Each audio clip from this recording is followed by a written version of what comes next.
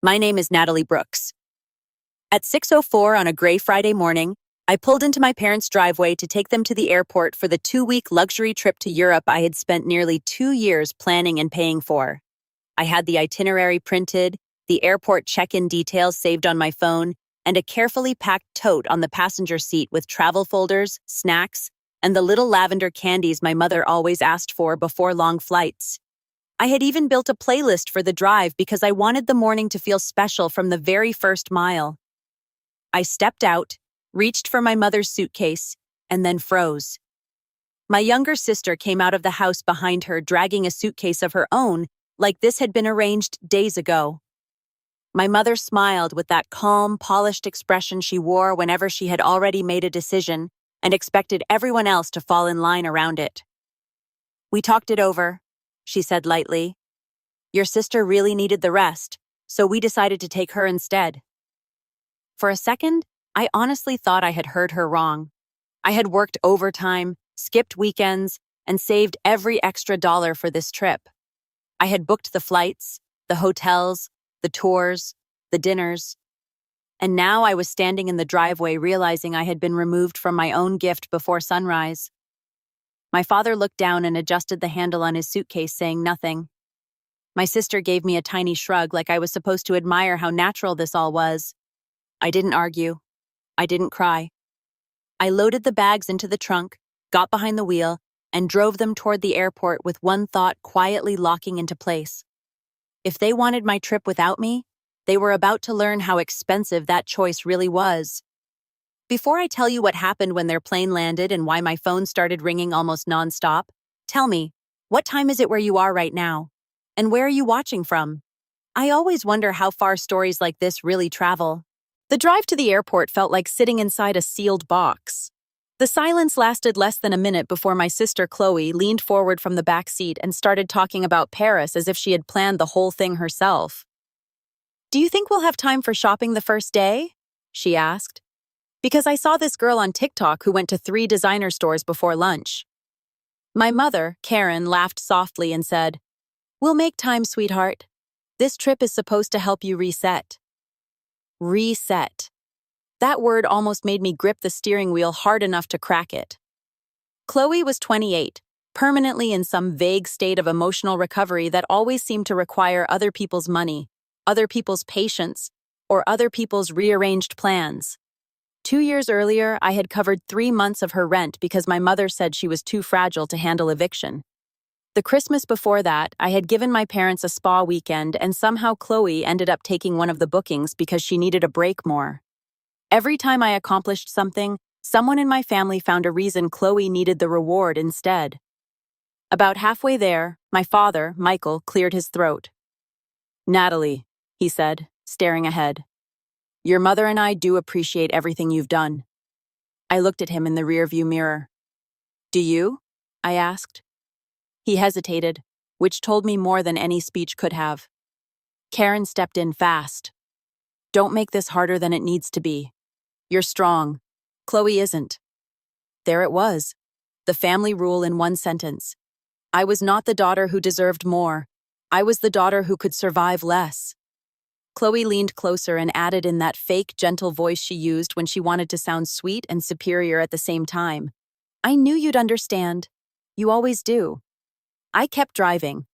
At the terminal, I unloaded their luggage, handed over passports, and stood there while my mother kissed my cheek like she had done nothing cruel. "Thank you for being mature," she whispered. Mature. In my family, that word meant stay quiet, swallow the insult, and keep everyone else comfortable. Chloe smiled brightly. "I'll send pictures," she said. I nodded once and watched the 3 of them disappear into the terminal with my planning, my money, and my place on that trip. I sat in the airport garage for nearly 10 minutes after they were gone, letting the silence settle. Then I opened the airline app and checked the flight status. Boarding. I waited until it changed to airborne before I drove home. I didn't want a scene at the gate. I wanted consequences to arrive where they couldn't be argued out of in public. Once I got home, I walked straight to my kitchen table, opened my laptop, and pulled up every booking. Paris hotel suite, private airport transfer, sane dinner cruise, guided Louvre visit, business class train tickets, Florence apartment, Tuscany day tour, Rome hotel, Vatican reservation. I canceled all of it with a calm that surprised even me. I left the return flights untouched. I was furious, not reckless. They were still getting home. They just weren't getting luxury on my dime after cutting me out of the picture. When the cancellation emails started flooding in, the tightness in my chest finally began to loosen. For once, the mess wasn't landing on me. For once, I wasn't the one stuck cleaning it up. The first call came before I even sat down with a glass of water. Then another. Then 3 messages in a row from my mother. "Where is the driver? Natalie, call me immediately. The hotel says there is no reservation under our names." Chloe called right after that. Then my father. Then my mother again. By the time I finally looked at my phone 10 minutes later, I already had 18 missed calls.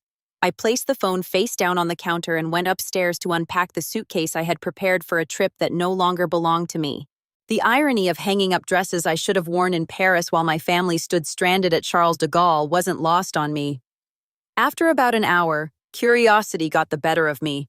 I unlocked the phone and read the texts. Karen's were frantic and increasingly sharp. "This is not funny. We have been waiting with the luggage for almost an hour. Call me now and fix this." Chloe's were worse. "What is wrong with you? Do you know how embarrassing this is? Mom is crying." My father sent only one message. "Call me, please." I sat on the edge of my bed and stared at the screen for a long time before finally answering one of my mother's calls. She picked up instantly. "Natalie, what did you do?" she snapped. I let the silence stretch for a second. "I'm not sure what you mean," I said. "Don't do that," she hissed. "The driver never came. The hotel says there's no booking and Chloe's tours are gone." Chloe's tours. Not mine, hers. I said it plainly. I canceled them. On the other end of the line, everything went dead for half a second before my mother inhaled sharply. "Why would you do something so selfish?" she demanded. I laughed once quietly. "Selfish? You replaced me on my own trip." "We thought you'd understand," she shot back. "Your sister needed this more." "Then your sister should have paid for it," I said, and ended the call. That should have been enough, but it wasn't. The calls doubled, then tripled. Chloe left a voicemail that I actually listened to all the way through. "This is insane," she said. "We had to get some awful room near the airport because everything in the city was too expensive, and Dad's card got flagged. Mom says you're overreacting, but honestly, this is just pathetic. If you were hurt, you could have talked like an adult instead of doing this revenge thing. Call us back and fix it." In the background, I could hear my mother arguing with a hotel clerk and a suitcase wheel scraping loudly against tile. I deleted the voicemail and set the phone aside. By the next day, the number climbed past 100 missed calls. By evening, it was near 200. My mother's messages became more detailed, which told me exactly how hard the fall had been. They had ended up in a cramped hotel on the edge of the city. They lost the private tours. They couldn't afford the upgraded trains I had booked. My father had apparently called an old friend in the for money because the trip no longer worked without the comfort I had arranged. One voicemail from him almost sounded reasonable. "Natalie," he said, voice tired. "We can't salvage much of the trip now. Your mother hasn't slept. Chloe keeps crying. Just help us get into one decent hotel for a few nights."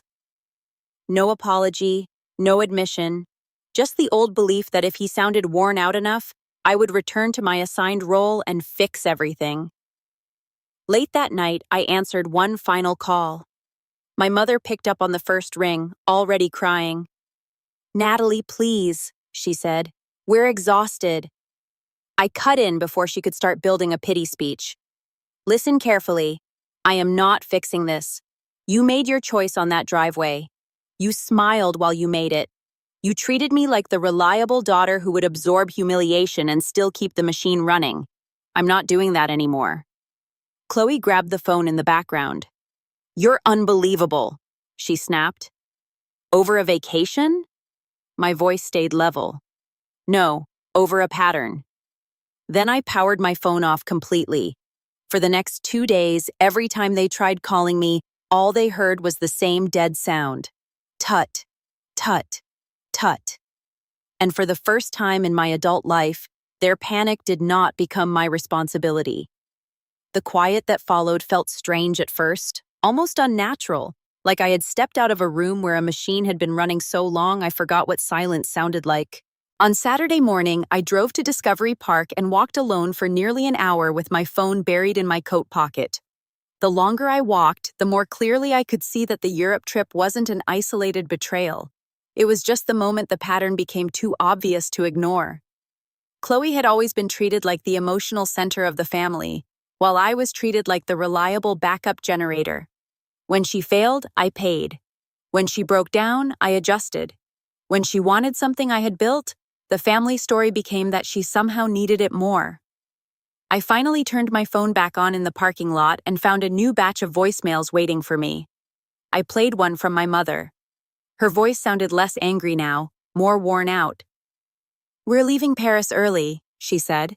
"We couldn't afford to stay in the city, so your father found cheaper train tickets south. We lost money on almost everything. Chloe keeps saying she wants to come home. Please call." In the background, I could hear Chloe and my father bickering over money. That detail mattered more than I expected. They were no longer united in feeling wronged by me.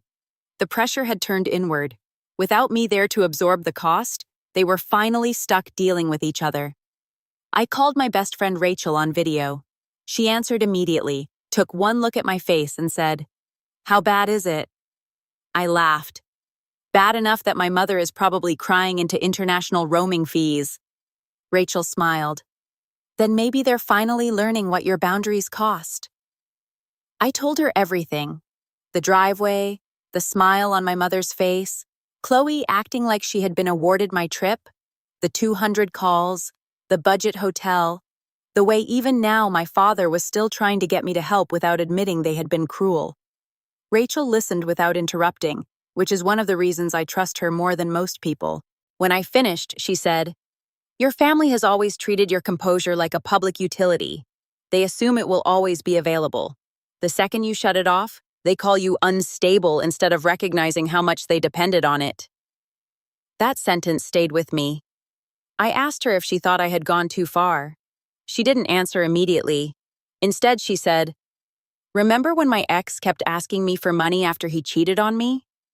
I blocked him and let him handle his own disaster. Not because I was cruel, because I was done volunteering for humiliation. That's what a boundary is.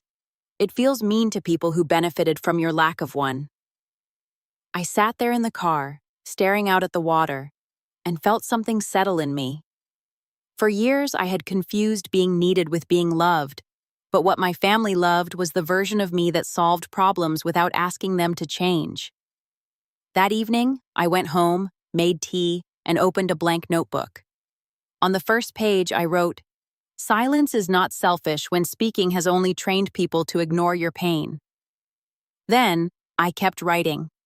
I wrote about the overtime shifts that paid for Europe. I wrote about all the small humiliations I had treated as normal. I wrote about the moment in the driveway when I realized I had never really been seen as the daughter who deserved the trip, only the daughter capable of funding it. By the time I closed the notebook, I understood something clearly. Whether my parents ever fully admitted the truth was no longer the most important question.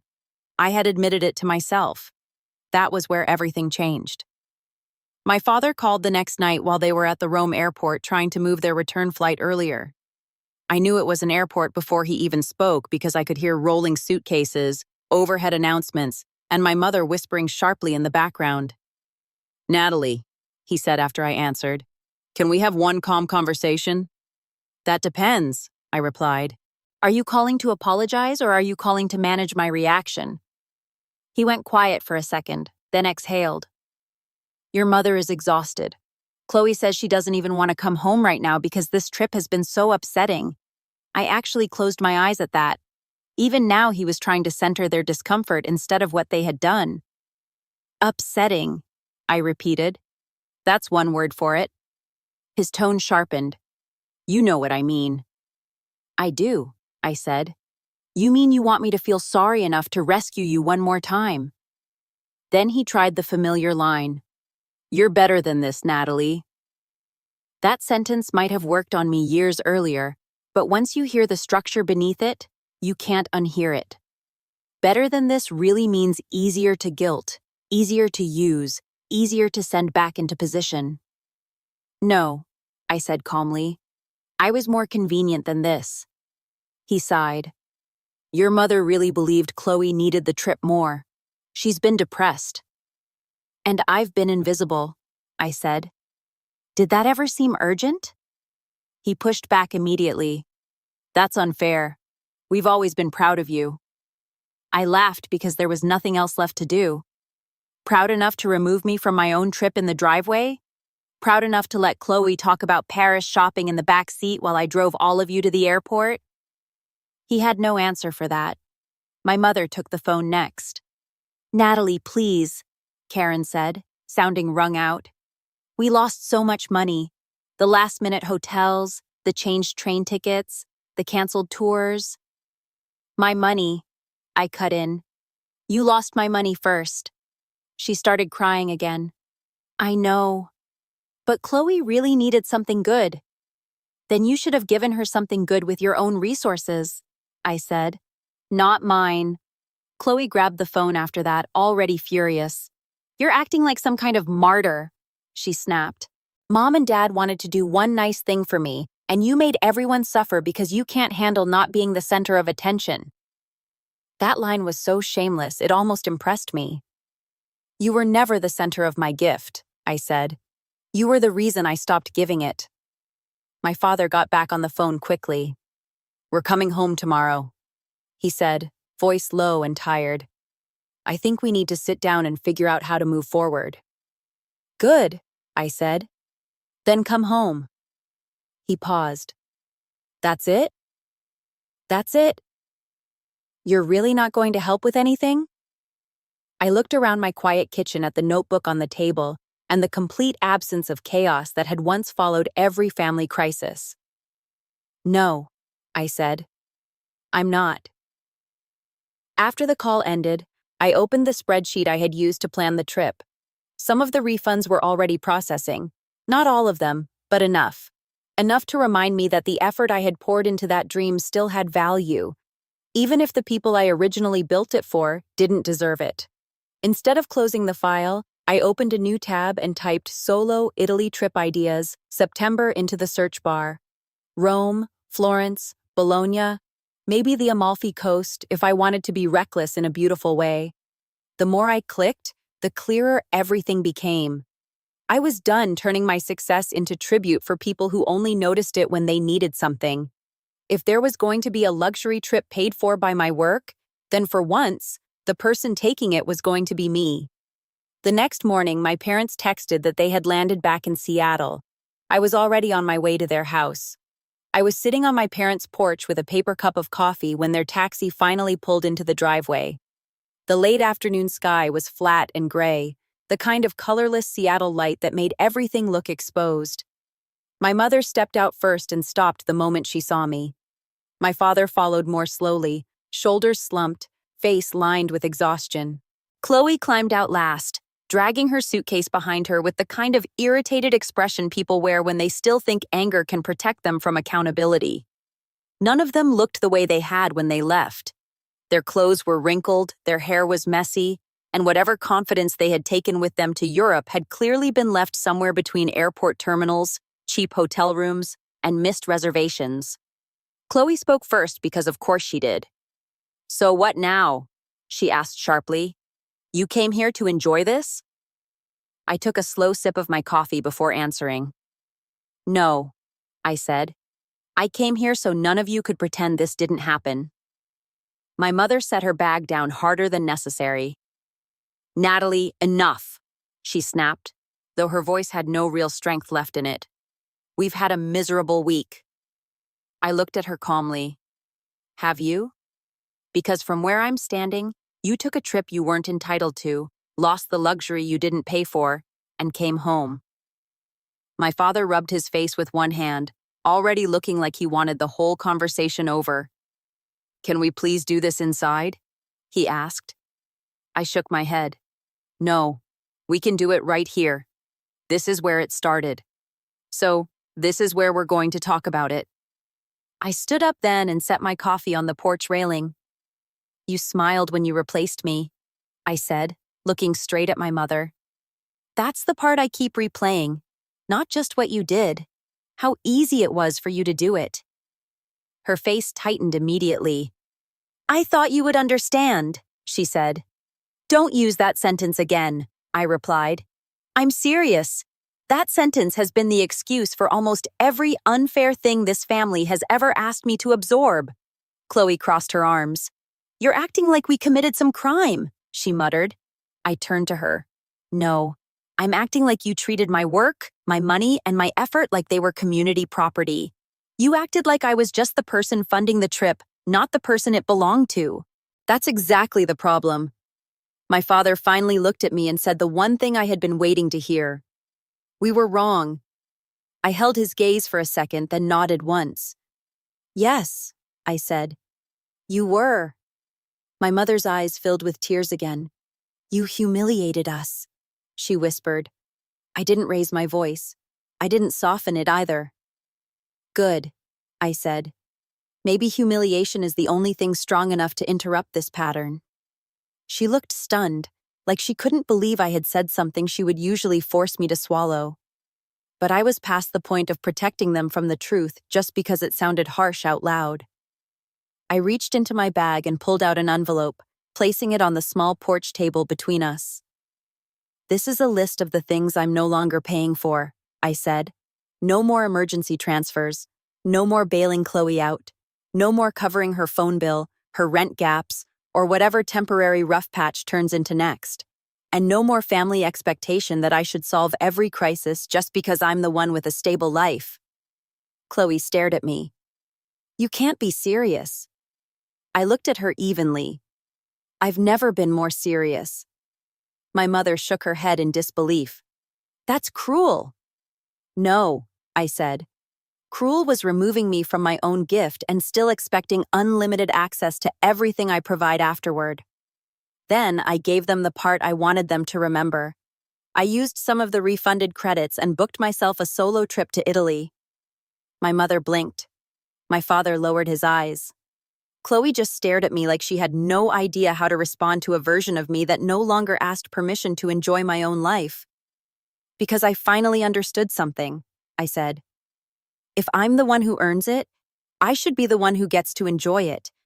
I'm done working this hard just to hand the rewards to people who think my effort belongs to them. For a few seconds, nobody said anything. The silence wasn't empty. It was heavy with the truth finally sitting where none of them could avoid it. My father looked at the envelope again, then at me, and I could almost see the realization settling in. This wasn't really about Paris or Rome or the lost reservations anymore. It was about losing access to the daughter who had kept everything running without ever demanding enough in return. My mother wiped her eyes. Chloe looked furious, but there was something else there too. Something smaller, quieter. Maybe the first crack in her certainty that she could always land on my back. I picked up my coffee and stepped back toward the porch stairs. You can apologize, I said. You can change. Maybe over time you actually will, but none of that gives you automatic access to me anymore. I'm done being the daughter who keeps this family comfortable at my own expense. Then I walked to my car while they called after me. This time I didn't stop. I didn't turn around. I didn't feel guilty. And somewhere between backing out of that driveway and reaching the end of their street, I realized the lightness in my chest wasn't relief anymore. It was freedom. Part 7. 3 months later, I was sitting alone at a small cafe in Florence with a notebook open in front of me, a half-finished espresso by my hand, and no one in the world expecting me to rearrange my piece around their emotions. The afternoon light spilled across the table in soft gold, and for the first time in years, my life felt like it belonged entirely to me. There was no family tension humming under the surface, no Chloe crisis waiting to hijack the day, no pressure to turn my joy into something communal just to prove I wasn't selfish. I could order what I wanted, stay as long as I wanted, wander into side streets with no schedule, and change my plans whenever I felt like it. That kind of freedom sounds small when you say it quickly, but after years of emotional obligation, it felt enormous. On the first page of my journal, I wrote, "No one is here to take my place." A few days later, sitting on a bench after walking through a museum, I wrote something else.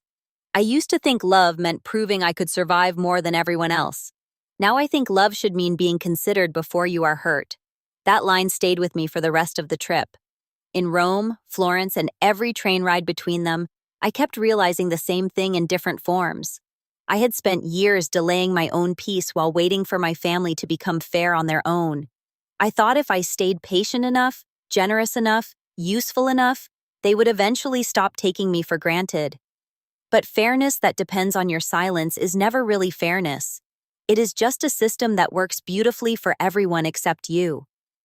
My mother started texting me while I was away, but the tone was different now. Cautious, measured, almost respectful.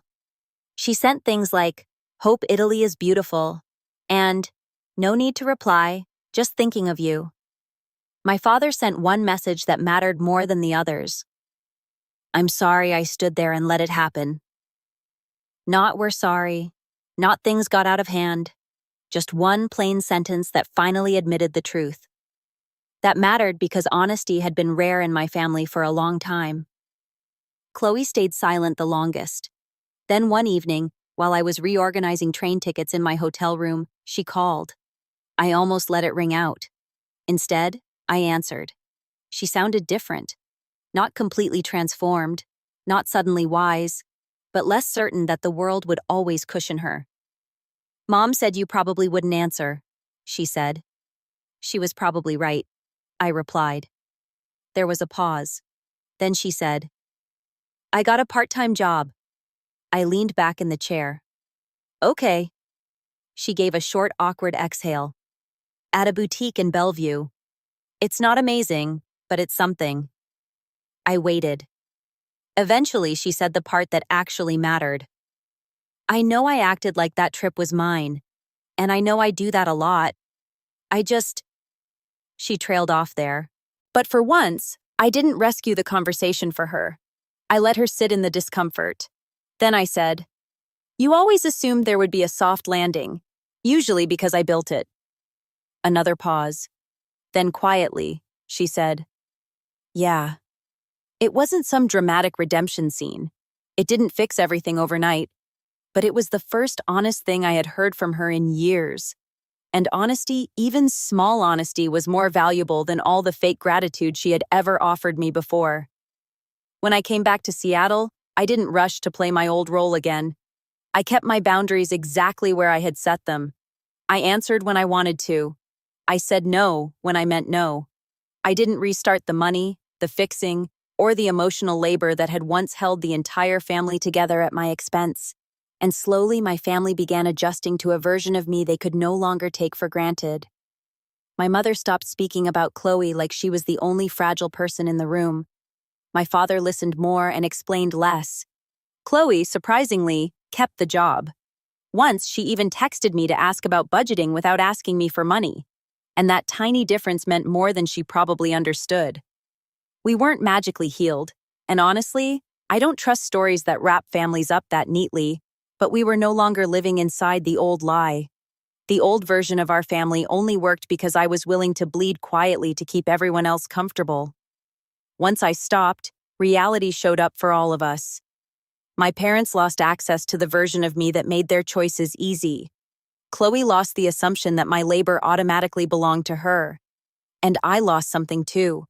The fantasy that if I sacrificed enough, they would eventually love me fairly without first being forced to confront themselves.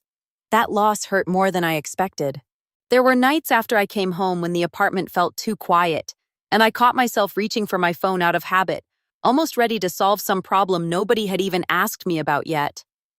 There were moments when guilt still tried to disguise itself as duty. But every time that happened, I remembered the driveway, the smile on my mother's face, and the absolute ease with which they had erased me from something I had built with my own sacrifice. That memory no longer made me angry the way it once did. Instead, It reminded me why the boundary had to stay where I put it. A few weeks later, I met my parents for coffee in a neutral place. No family house, no porch, no setting built around old patterns. My mother looked at me for a long time before saying very quietly, "I think I spent years calling you strong when what I really meant was convenient." I didn't answer right away because I wanted the truth to sit there fully before I softened anything around it. Then I said, "Yes." My father looked down at his cup and added, "I should have stopped it that morning." "Yes," I said again. There was no dramatic forgiveness speech, no grand reunion, just truth finally spoken at a normal volume. And somehow that felt more powerful than tears ever could. That is the truth about stories like this. The most satisfying revenge is not always destruction. Sometimes it is the moment the pattern breaks so completely that everyone has to live in reality afterward. My parents lost access to the version of me that made their choices easy. Chloe lost the assumption that my work automatically belonged to her, and I lost the illusion that love could be earned through endless sacrifice. Losing that illusion hurt, but it also set me free. So, if there's one thing I carried home from Europe and then learned again for myself in Italy, it's this. Sometimes the most valuable gift you can give your family is not another sacrifice, another rescue, or another chance to use you. Sometimes it's the boundary that finally forces everyone to face the truth. Not because you hate them, not because you want revenge forever, but because love without boundaries turns into permission. And permission is where entitlement grows. Have you ever had to become the selfish one just to stop being the person everyone leaned on without gratitude? Tell me in the comments because I know I'm not the only one who had to learn that peace sometimes begins with one simple, necessary word, no. Thank you for listening to this story with us. This is a fictional story created only for entertainment, education, and dramatic reflection. We hope it leaves you with it reminded that closure does not always come from an apology. Sometimes closure comes when you stop waiting for people to understand the damage they caused and finally choose peace for yourself.